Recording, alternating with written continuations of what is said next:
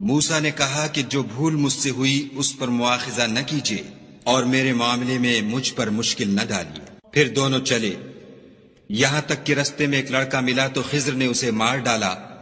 موسیٰ نے کہا کہ آپ نے ایک بے گناہ شخص کو ناحق بغیر قصاص کے مار ڈالا، یہ تو آپ نے بری بات کی۔ خضر نے کہا کیا میں نے نہیں کہا تھا کہ تم سے میرے ساتھ صبر نہیں ہو سکے گا؟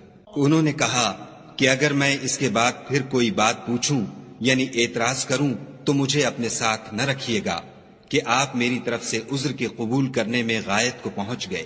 پھر دونوں چلے، یہاں تک کہ ایک گاؤں والوں کے پاس پہنچے اور ان سے کھانا طلب کیا۔ انہوں نے ان کی ضیافت کرنے سے انکار کیا۔ پھر انہوں نے وہاں ایک دیوار دیکھی جو جھک کر گرا چاہتی تھی تو خضر نے اس کو سیدھا کر دیا۔ موسیٰ نے کہا کہ اگر آپ چاہتے تو ان سے اس کا معاوضہ لیتے تاکہ کھانے کا